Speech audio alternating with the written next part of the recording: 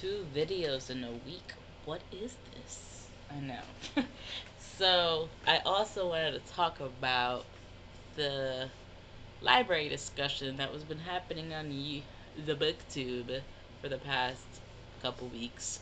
I kind of just watched it go down because I was like, hmm. I was like agreeing with some of it, but then I was also like, libraries are the reason that I read. Like make they've made me a reader basically. They were my first job was at a library. It was reading to kids and like encouraging them to read. So like they already came to the program knowing how to read because they were from the ages of 6 to 10. But there were some instances where they weren't that great, so it was like coaching them through and like helping them read.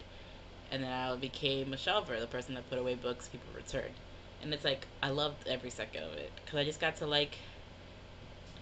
know every inch of that library that I worked at, and I still go back and now and like just walk around and say hi to whoever still works there because staff changes and everything.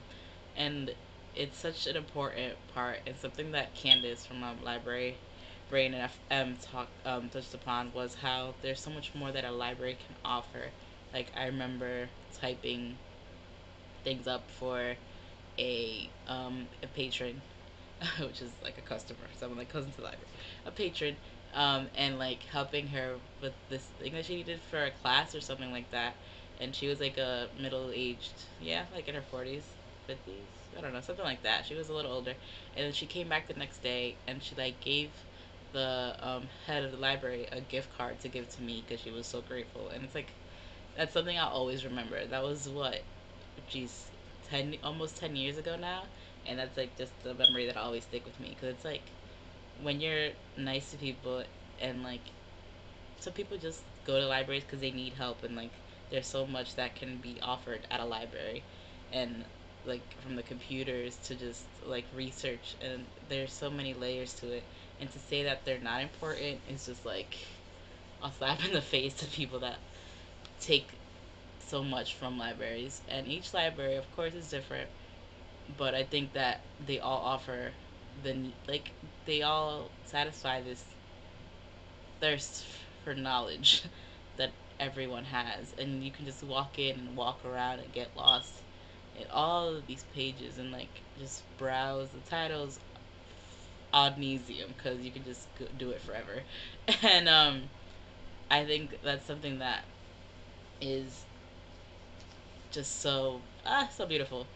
And I think alongside this discussion is like the need to defend what you want to read and where you want to read from. Like some people can't buy books. Like it's not in their um what they've budgeted out.